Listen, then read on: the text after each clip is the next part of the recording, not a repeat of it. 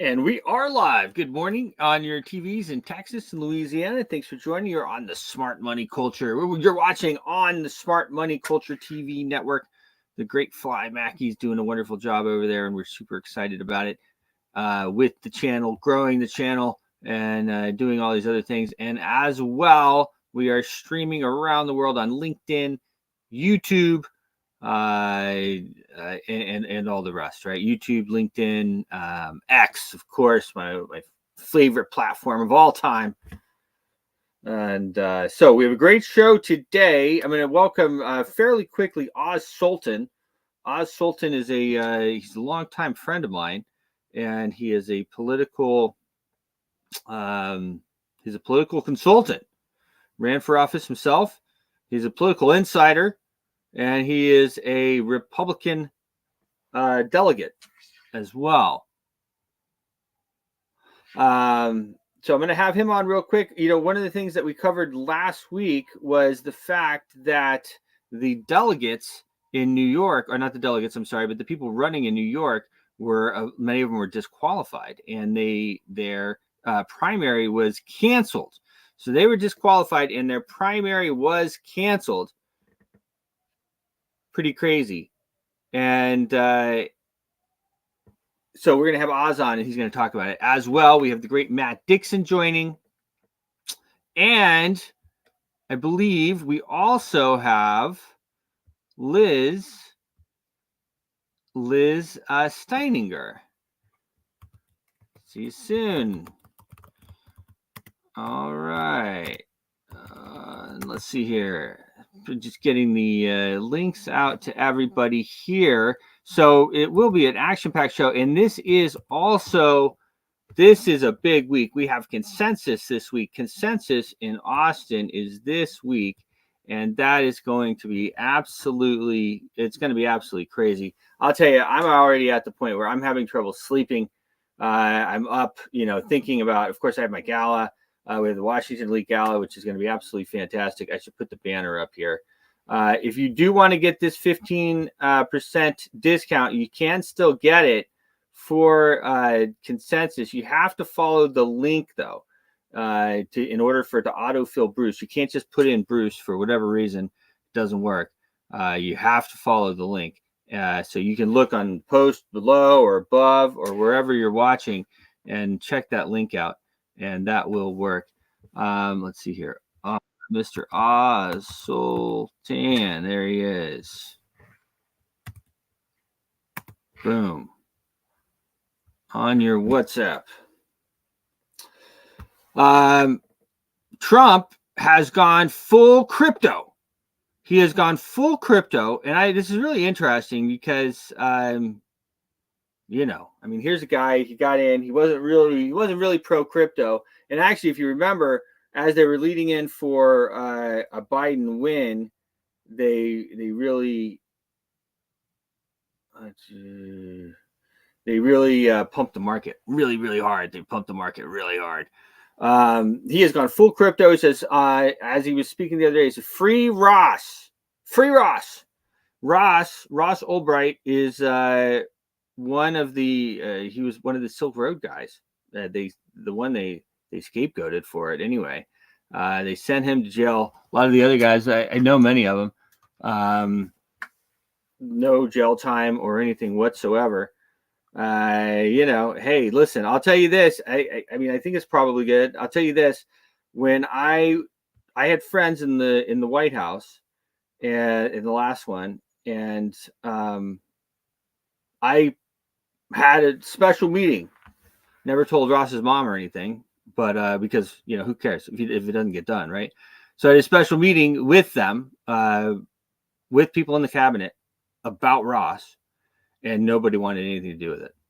So the fact that that's coming around is fantastic. It's fantastic. The poor guy has been rotting away in jail.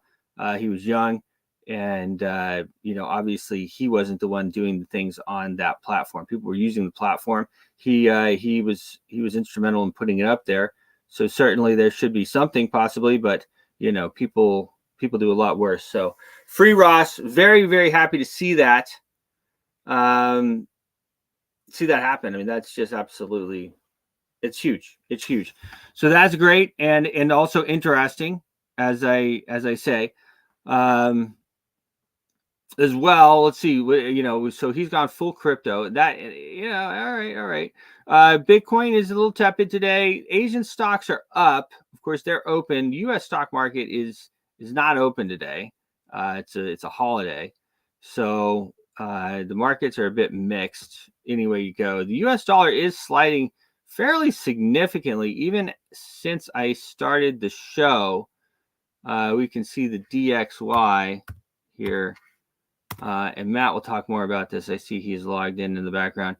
The DXY is down about 0.11, which for the dollar is a decent amount.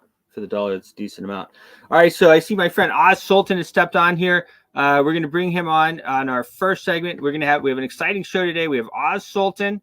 And then we have Matt do his market watch, which is always very interesting. And then we have Liz Steininger, and I'm excited about that one as well. Let's bring on Oz, Sir Oz. What was that? All right. Well, we'll give him a minute to make his coffee. Oz is warming up. There he is. All right, Mr. Oz Sultan. How are you, Oz? Not too bad. How are you doing? Fantastic, man. It's good to see you. Yeah, it's good to see you too, bro. It's been quite a while. It's been a little while, but you know how us crypto guys are. We come out of hibernation after the crypto winter, and we start making the big bucks again. That's the way it works, you know. Yeah, now it's everything's looking in the upswing right now. Right. You got to be swinging right now. That's the deal. So we'll be in consensus this week. Pretty excited about it. We'll have a couple guys down there. I'm involved with Quantum Expeditions. It's a Bitcoin mining group. Yep. We're actually in the middle of a crowd race, but it's actually already profitable. Not Great. profitable this month, profitable next month because of the halving. But it was like kind of a quick rebound on that, which was kind of nice. Those are always the nice ones. I'll tell you what, in a bull market, I always tell people, they ask me what to buy. I said, you just buy. You know, it's a bull market. You just buy. So we have these, the segments are short. So I wanted to talk a little bit about, we had one of the political people people running for Congress in New York on Saturday. And or on Friday rather, and a bunch of people have been disqualified in the New York race. And so I reached out to you. I said, "What's up with this?" So tell me a little bit about what your experiences with that. Of course, Oz ran for office as well. So and you're now a political consultant. So what can people do to get on the ballot and stay on the ballot? So there's a couple things to think about. So when you are looking to run wherever you're looking to run inside of the United States, there's either running as a Democrat, running as a Republican, or running as a third party. Now, in the state of New York, we had a tremendous amount of trouble under the Cuomo administration. He wanted to get rid of the Working Families Party, which is it's like a mix in between hard left and communist, just depending on it's like a kind of on the spectrum, right? And Semantics. yeah, but at the same point in time, we have the constitutional, conservative, libertarian, and a couple other parties in New York. I mean, I've run in the rent is too damn high party before, right? And it's in a lot of cases it's so that you can appear on the ballot multiple times because you're going to appear on the ballot for every one of the parties that you show up for. So in certain cases third party candidates will they might go libertarian, Working Families, and something else, or they might go conservative, um constitutional, and they may get the Republican line as well. So it's interesting because depending on where you are in New York, your ballot can look a little different based on that. If you want to get into the game, Democrats have a higher preponderance of signatures that they need. And in New York State, their battles for even just district leaderships, which I am for the GOP in Harlem, or get pretty bloody and they get pretty expensive. Like, and district leader is kind of like the lowest on the totem pole of like elected leaders that you have inside of the party. So, and there's two sides to this, right? So there's regular elected positions, so that could be anything from city council to state rep, assembly, state senate, but it could be local things like sheriff, dog catcher, fire marshal. Like in many cases, these are elected positions that are out there. Then on the opposite side, you have your state party establishment. So I am a committee person, I'm a district leader, I'm an RNC delegate, right? These are different designations because as you get involved in the party, you move up. Like you can become a committee person, you can vote on local things like who should be our county chair every 2 years. Who do we vote for our board of election representatives? Because we actually install like a GOP representative in the board of elections. So you can get involved on both sides. Now, to the question of like ballot access, because that's really what it comes down to, and why I gave you this big diatribe. The smaller parties are having like they were defrocked of ballot access by Cuomo, meaning like it's very hard for them to get on the ballot. And typically, if you are R or D, it's going to be a preponderance of the proportion of the population related to how many people are registered to vote for your party.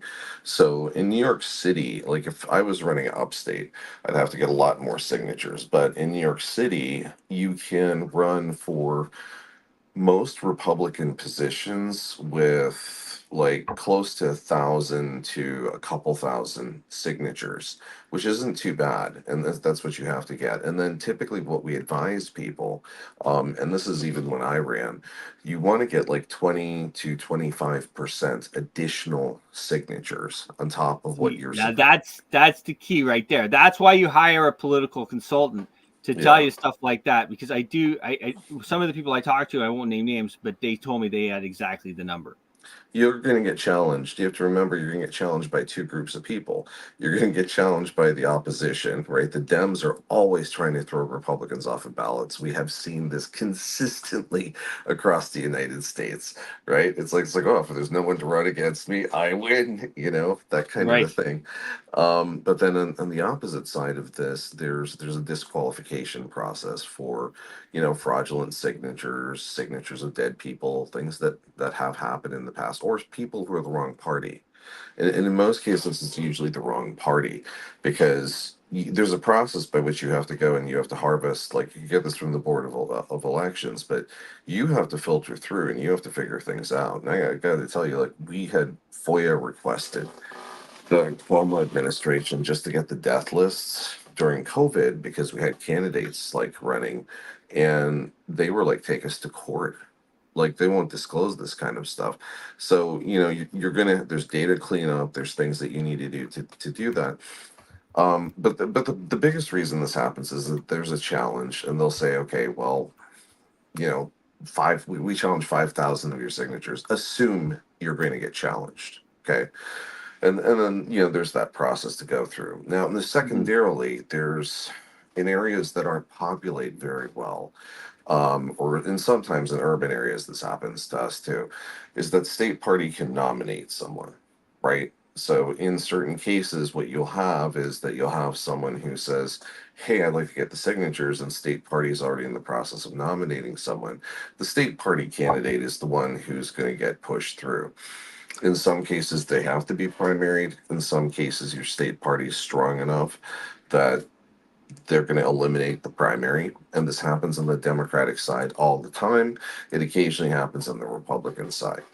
So those are the things that you kind of have to like get through. And then, the signatures are, I mean, they can be expensive. Like if you wanted to run for senator in New York, you'd have to go out and get like 15,000 to 18,000 signatures, realistically 20,000, because they're going to challenge at least like a couple thousand of your signatures.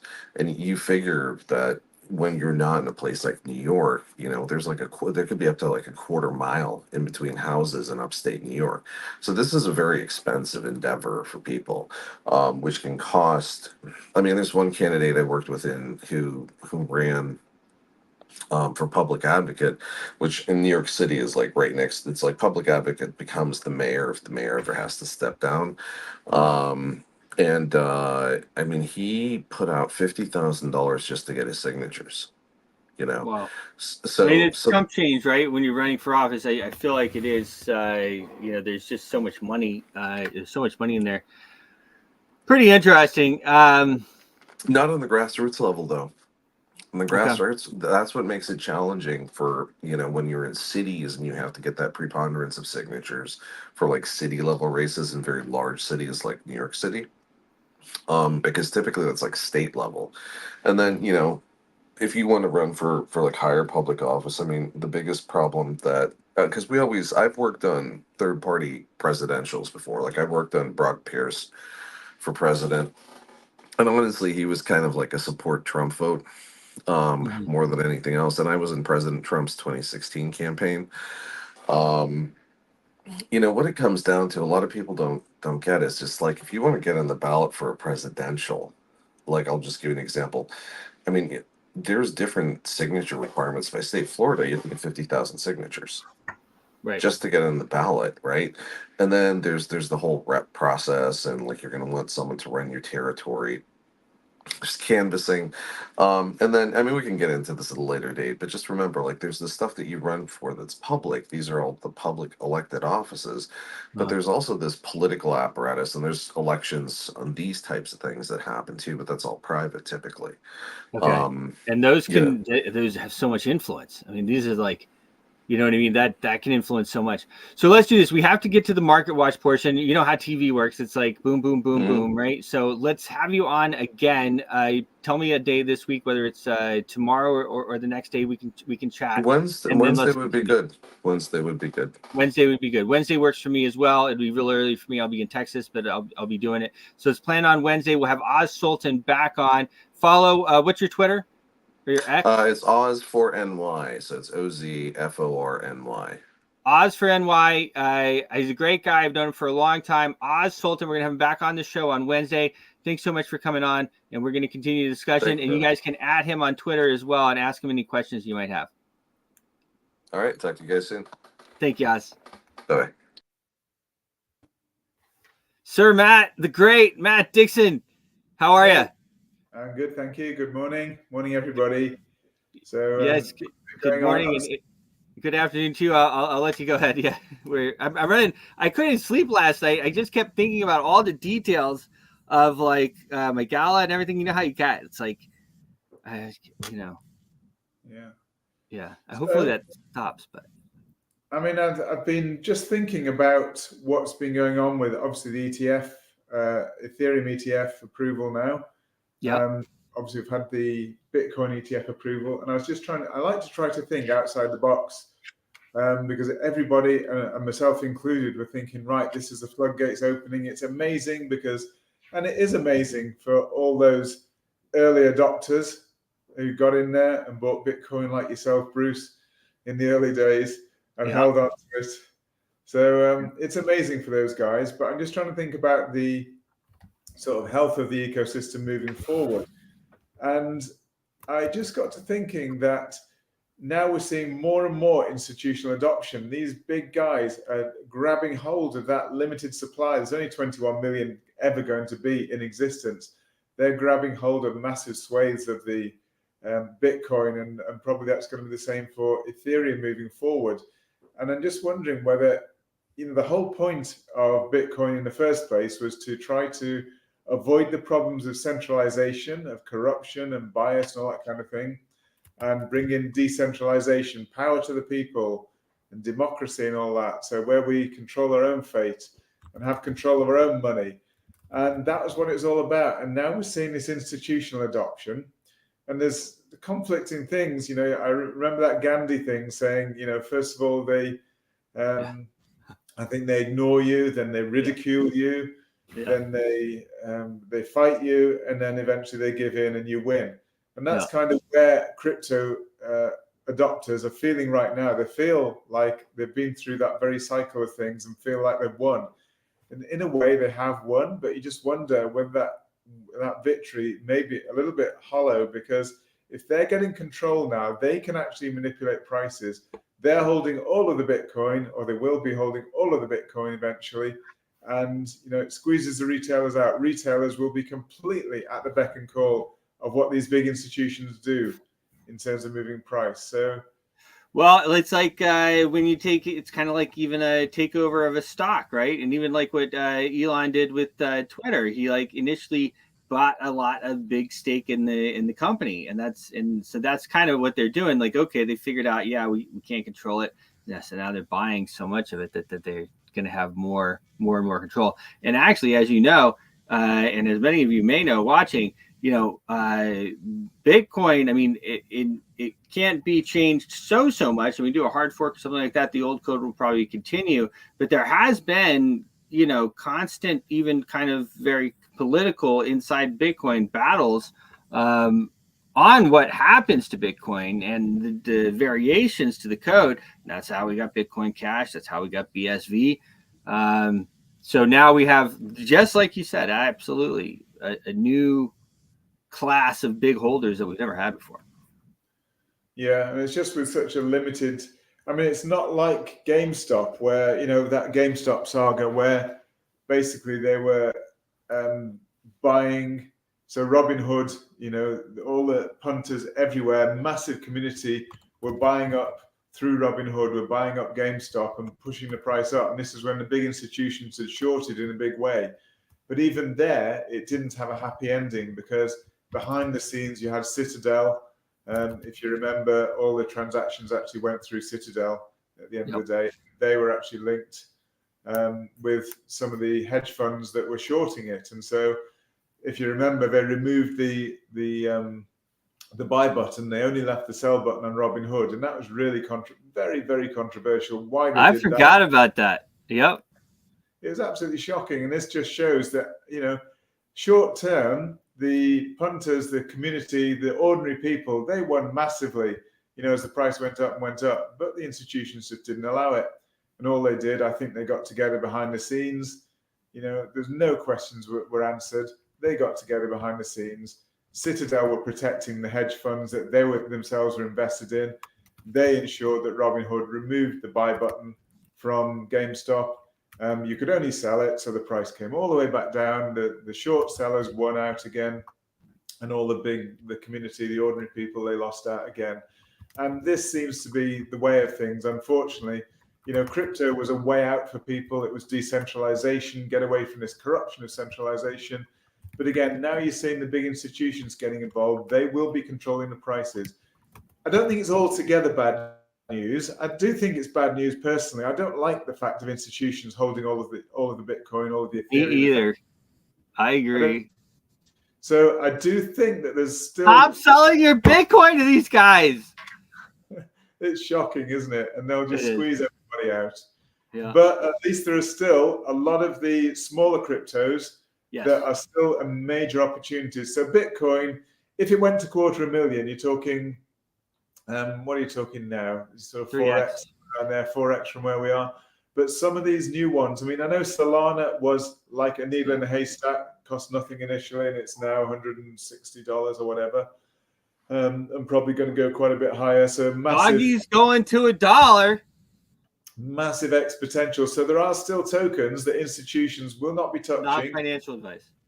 Yeah, they won't be touching them because they're outside their risk parameters. So whilst I think we're being squeezed out of Bitcoin, Ethereum, and yes, the early adopters will be smiling, but eventually they'll cash out and cave into the big holders. You have to cash out, otherwise, what's the point of holding it? Eventually, you've got to see some benefit from it. So they'll be maneuvering those prices. The big institutions will be maneuvering them, but there will still be opportunities. There's still thousands of cryptos out there. We're eBay ratings rate over 700 cryptocurrencies. There'll be lots of other opportunities. So it's not the end of the road. I actually think I thought about it over the last week or even the weekend or the week. I think, and a lot of it has to do with what you're saying, but really, I think that now is when we start to see. We didn't really see it in the last run either. The alt season, I felt like I didn't see it, but now we're really going to see the alt season because exactly right. Like, what are you going to do? You're going to buy something like Bitcoin that I think, yeah, sure, it's going to hit $250,000. Is it going to hit it in this cycle? I don't know. But these other alts, a lot of them are going to. I mean, Solana was down below $1. It's like almost $200 right now. You know what I mean? That's 20x. There's going to be a lot of different assets that are going to 5x, 20x, 100x from here, and they're going to pull from that liquidity that open, and then that way it has opened the floodgates. I do think as well that coins like Doggy, I call it the Doggy, I know, but the Dogecoin, I think these other ones, Solana, they're going to get ETFs as well, so that's going to be pretty interesting too.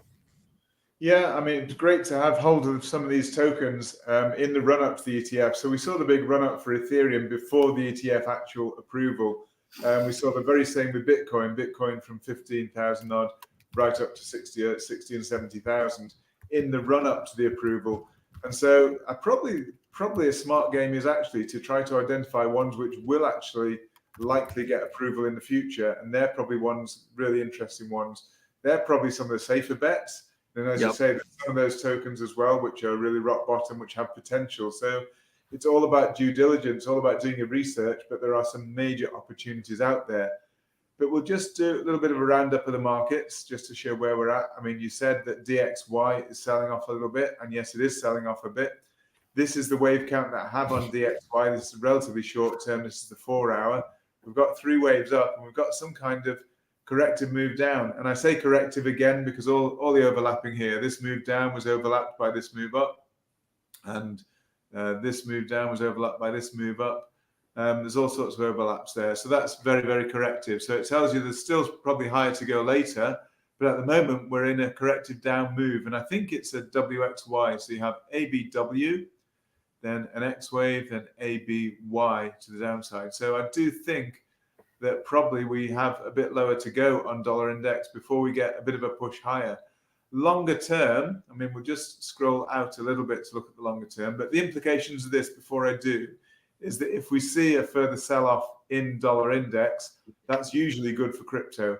So it means we're likely to see some upside reasonably soon, further upside reasonably soon for crypto. But when dollar index starts to move up, then we might see a bit of downside. When we see the big move down, then we see upside. But we'll scroll out gradually just to show. I think I'll need to just open it out a little bit so you can see what I just showed you. So what I just showed you was basically I'm expecting this down move, which already started from here. I've been expecting this and it's happening. But I do think it's a WXY correction. So I think we will push up again. And you'll probably see in better context if I really scroll out and look at the real long term on this. And we've done it many times, shown this parallel channel right the way back from the financial crisis back in 2008-9. So right back then, and we've pretty well held within this parallel channel on dollar index. So what we're doing now is messing about with price round about the middle of the channel. But I do think that we're going to test the bottom of the channel before the top of the channel. So I do think we're going to see this again is looking reasonably long term now. We're going to see a retest at the bottom of the channel. That would be really good for crypto. So I do think that we'll see what Bruce has said. Apart from Bitcoin and Ethereum rallying strongly, I do think we'll get an alt season, altcoin rally with the fall in dollar index that we'll see. So that is probably going to be spurred by news that we see coming out of the Fed. So if we're expecting weaker dollar, that's going to be driven by an expectation of lower interest rates. So what's going to drive the lower interest rates? Well, we need then to see what's happening with inflation and growth. So later this week, we've got GDP. I think it's Friday, the latest GDP estimate. It's been falling sharply. So let's see what that is. If GDP is still really soft, then that would mean less chance of, more chance really of lowering interest rates at the next Fed meeting. And if that's the case, then dollar would fall. So that's in line with our thesis. The other news we got, I think it's on it's only about a week's time. We've got PCE. coming out, which is the Fed's preferred measure of inflation. So if that comes out softer than expected, once again, it'll mean that we're going to get a weakening of the dollar, and it actually probably means strength in crypto and risk assets. So it's all lining up really, and I do think we're probably going to begin to see a softening of, growth and a softening of inflation.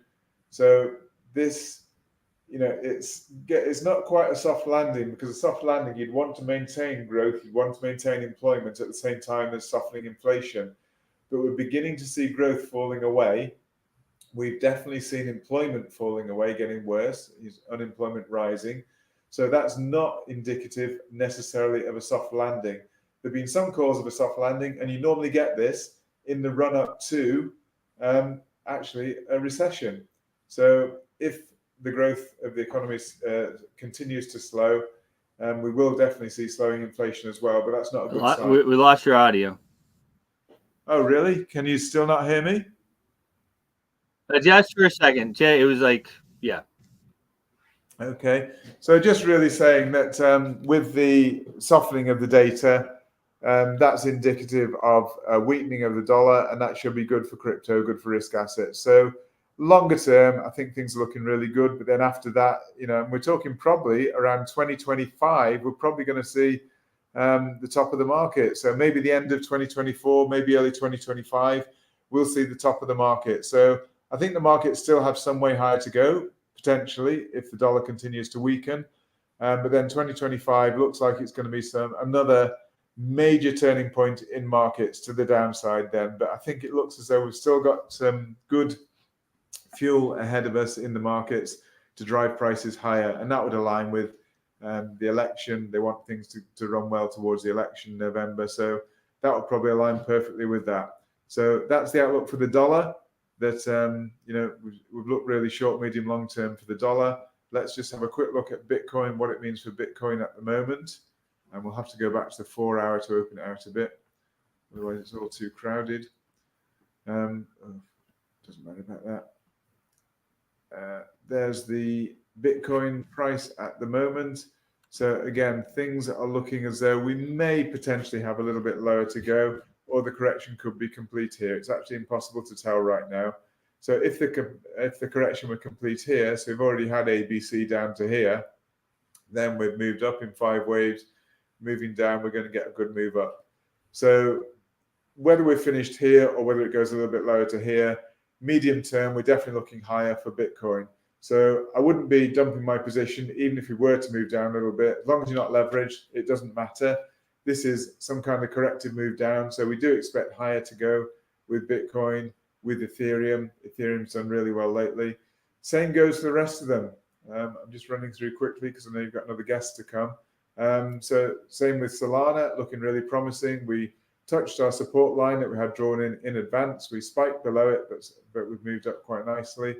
I think the likelihood is that, as you can see from the arrow, we are expecting higher on most of the cryptos. We'll touch on gold briefly because gold is actually very interesting. I'll have to go to the daily just to show these divergences here and just open it out again so you can see. So basically, when we had the price move up here, we had it in the form of an A, B, and we're expecting C down. That C may be interrupted at the moment. Maybe it's going to be in a bit of an interruption. So we had here what's called regular bearish divergence. That told us, because what it showed was higher peaks in price, lower peaks in RSI. That told us as soon as we saw a red candle that price was going to decline, and that's exactly what happened. So that was regular bearish divergence telling us of a price decline. Now you might wonder, where am I going to take profit with this price decline? Well, what happened was we actually then we've got a slight price decline, a decline on RSI troughs and an appreciation in price troughs, So that again is basically, this one is called hidden bullish divergence, this one. So let me just check. Overall, this is regular bullish. So this is regular bearish. We've got regular bullish here. So the regular bullish was telling us a reversal of price here. So what that told us was we had a signal to sell here. And when we got this green candle, we got a signal to buy here. And so the absolutely perfect signals to sell gold and then to rebuy gold. So it's moving at the moment, so you can protect your little profit here. And so no matter what happens to price, you're guaranteed a profit. So that's the way to trade. I love these divergent signals. They're really good to tell you when to enter and when to exit trades. But if this is an ABC correction, we may actually turn back down lower. But if you protected your position, it doesn't matter, because you can then re-enter, do some DCAing, re-enter a bit lower. We'll have had an ABC and we're expecting higher. So overall, I think the markets are looking bullish. We may get a bit of short-term negativity, but we haven't got time to run through more today, perhaps tomorrow, because I think you've got more further interviews to do today, Bruce. So hope that helps everyone. Bruce's Doge is moving up nicely. Most of crypto. So thank you. Yeah, it really is. I'm pretty happy with the doggy. I moved some BTC into that as we were talking about it, and that has been a pretty nice move. I think that, and that was also one of the things that started to make me all right. Okay, I think we're getting into alt season, because you can actually get more Bitcoin now by going into the alts. So yes, I've actually done the same, and we haven't been discussing this at all, but I've actually been taking profits in the likes of Bitcoin, Ethereum, and moving into some of those slightly more speculative ones, because there's some real opportunities to be had. So great minds think alike there, Bruce. Yep, you got it. All right, well, awesome, brother. Always a pleasure. I think I'll be doing the show from here in Washington tomorrow again, and then I'll be in Consensus the rest of the week. It's gonna be crazy. Thank you, sir. Good stuff. Thank you, Bruce. Thank you, everybody. All the best. Talk soon. Hello, Liz Steininger. Very nice to see you. I know it's nice. It's a nice hour there in Berlin, I believe. How are you? Oh no, your audio is not on. Yeah, there you go. Yeah, I'm good. It's lunchtime here in Berlin, so pretty easy. Yeah. Lunchtime in Berlin. Nice background too. So happy to have you on the show. I know we had a great conversation at the end of last week. Yeah. We're both going to be at Consensus. Yeah. And I'm like, you must be about to travel, right? Yes, tomorrow morning I fly out. Okay. Yeah. I think me too. I always buy my tickets last minute, so whatever. Well, you don't have as far to go, so it should be. I don't have as far to go, but Texas is still far from DC. I was like, oh well, maybe I'll drive, and it was like 20 or almost 30 hours. And I was like, no, the United States is quite large. Yeah, it is quite large. I think Germany is quite large too. I've been up in the Bavaria area. So tell me a little bit about, I've been a number of places, but also I'm just showing the distance. So tell me a little bit about yourself and Least Authority. Yeah, sure. I'll give a quick intro, and then if you want to ask me any questions about it that you think I should share, I'm happy to. But yeah, so Least Authority, we are a company now based in Germany, but we were originally founded in the United States. We provide security consulting services to Web3, blockchain, cryptocurrency projects. And we also build privacy-enhancing technology. So we have a mission that we really care about privacy. We think it's we believe it's a human right, and that we can use technology to basically enable that further. We also think that security is necessary to facilitate privacy too. So we do a lot with security and privacy, basically. Well, it's so interesting. It's good to hear too, because we've gotten to the point where you just kind of almost just accept that nothing is private, right? And it's like with my 14-year-old daughter, I tell her, look, honey, like you got to realize, like your personal text messages, just consider that you are publishing. Like everything that you write, you are publishing, and it's just because even if even just a screenshot or something, and then put out there. But anyway, that's a little different. But the fact of the matter is, like, the right to privacy.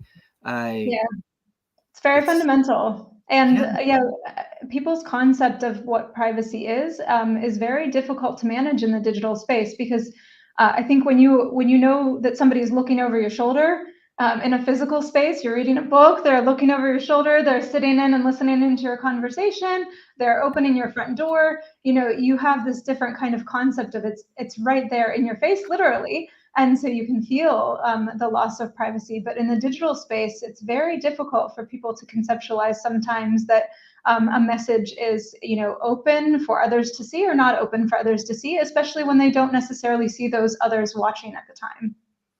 Yeah, so Yeah, it's a tough moment.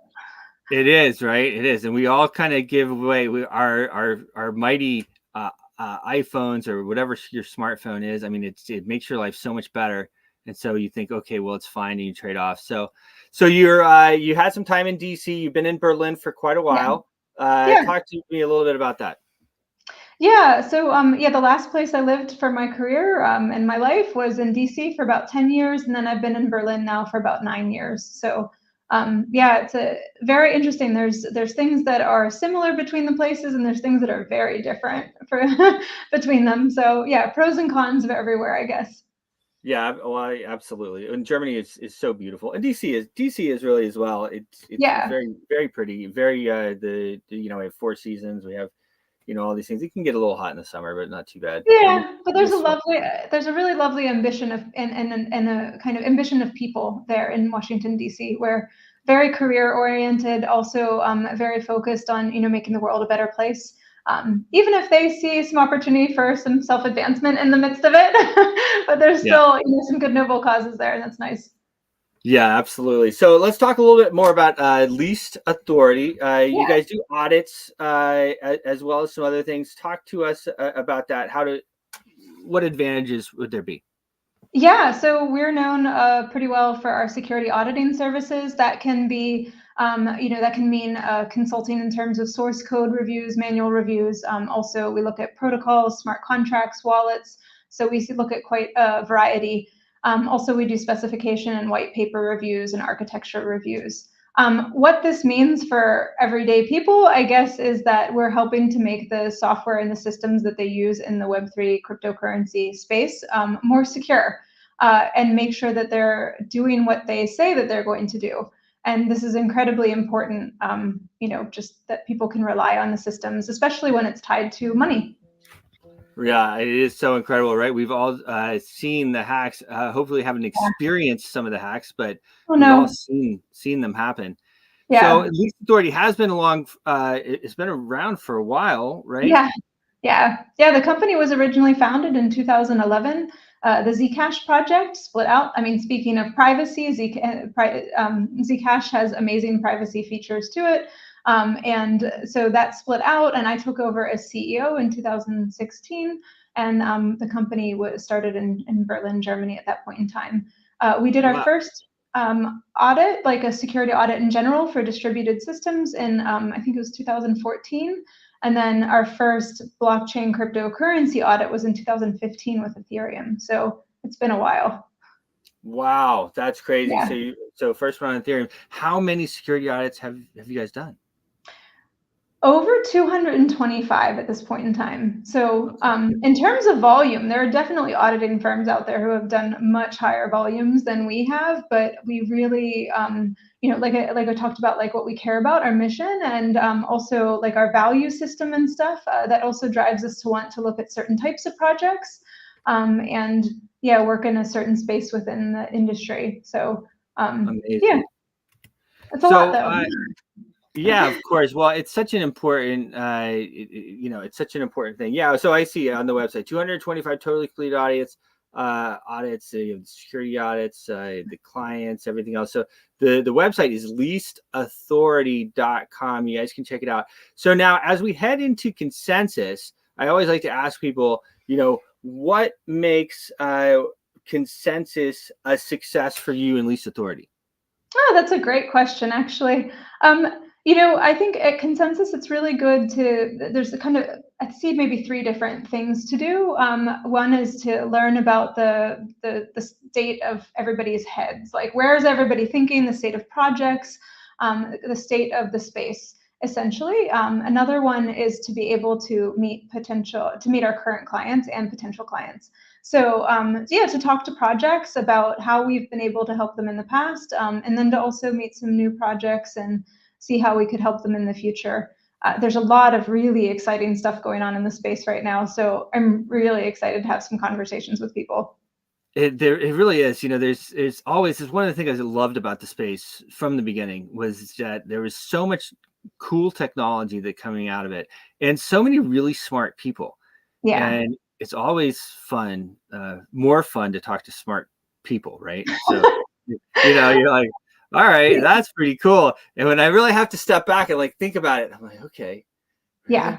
All right, okay. And so that is a lot of fun. It is, yeah, and I think it feels like there's some things shifting at this point in time too. I mean, I am definitely not an expert on the like policy and regulatory side, but it feels like there's some action happening there that I want to get caught up on, both in the US and then of course there's stuff happening in the EU too with AI. And then, when it comes to the technology, privacy is definitely a much more noted topic these days. And that's been great to see that transition over the last few years, especially the last two. Yeah, I mean, I absolutely. We really can't talk enough about the privacy. I'm going to loop back there, but just for everybody as well, just so you know, the type of people that are going to be here. Of course, we have representatives from the Senate. We have Ron Wyden from the U.S. Senate. Ron Wyden. We have Tom Emer. He's the House Majority Whip. We have Hester Pierce with the U.S. Securities and Exchange Commission, the SEC. We have Brian Nelson, the Undersecretary of Office of Terrorism and Financial Intelligence with the U.S. Department of Treasury. You have the Commodities Future and Trading Commission.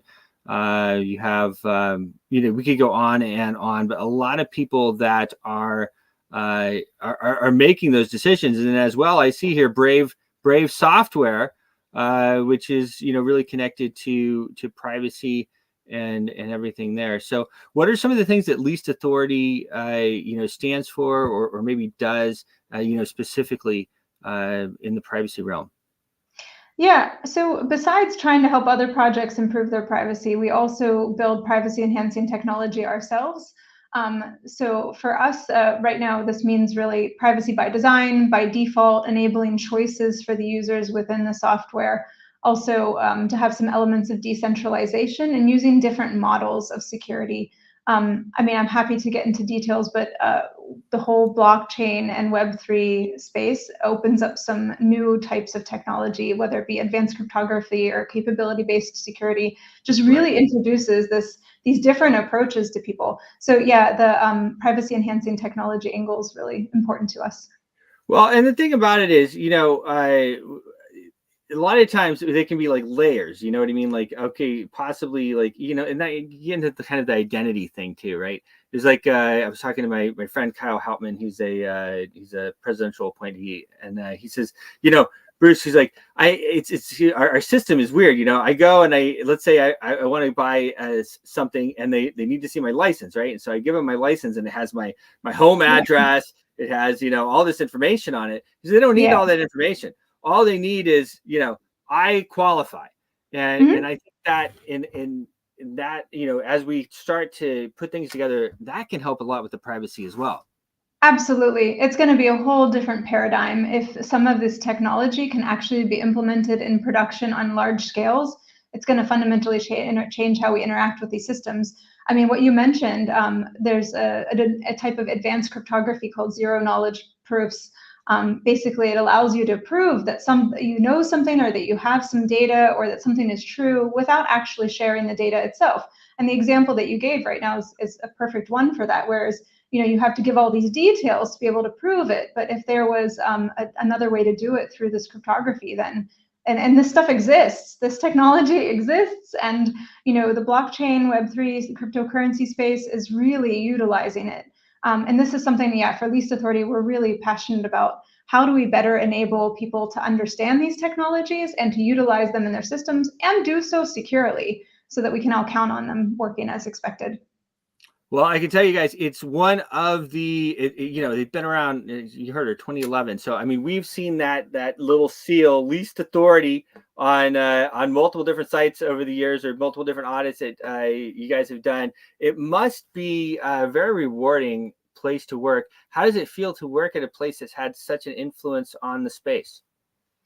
Oh, that's a good question. Or I should say lead the company, right? Yeah, I mean, now, I have for the last 7 years. So Yeah, I mean, it feels amazing, to be honest. I've always cared about having an impact on the world, especially through technology. Technology is just, it's amazing, such a part of our, I mean, we got to see the advent of the internet, mobile phones, and now we're getting to live through this, and it's just, it's crazy and it's exciting. And yeah, I'm very, yeah, I don't know, I'm very inspired to see what we are able to do, but yeah, I mean, technology is not neutral. A lot of technologists in the past maybe believed that, but I think the world is coming to understand that how we build technology and how we, approach the user's experience really has an impact on what kind of what that technology is going to do with the world. Amazing. All right, well, very good. We're about to go on commercial. We Oh, yeah. go in about 2 minutes into the next hour, which we're about done. How do people find you? What's the website and the social media? Yeah, so the website for Least Authority is leastauthority.com, leastauthority.com. It's a mouthful to say, which we actually didn't even get to why we're called that, but it's a security principle, by the way, that you want to give systems Least authority. only the authority necessary to perform the intended, like the function that they're supposed to perform, and nothing extra, because then if they get hacked, it's more problematic and widespread. So yeah, Amazing. least privilege, least authority. Also on Twitter, X, we're at least authority. Yeah, so at least authority. All right, well, Liz, thank you so much for coming on. I look forward to seeing you at Consensus. I'm super excited about it. Maybe we'll catch up and sit down again. We can meet in person. In real life, as the DGens say, IRL. AFK, yeah. It was great talking to you, and thanks for having me on the show. Thank you, Liz. Bye. Your voice is powerful. When combined with social engagement, it's a force for change. Decentralized media paired with free speech is the catalyst for an empowered world and a unified, invaluable ecosystem. Join Global Boost, become a champion of free speech, and help to reshape the future of media.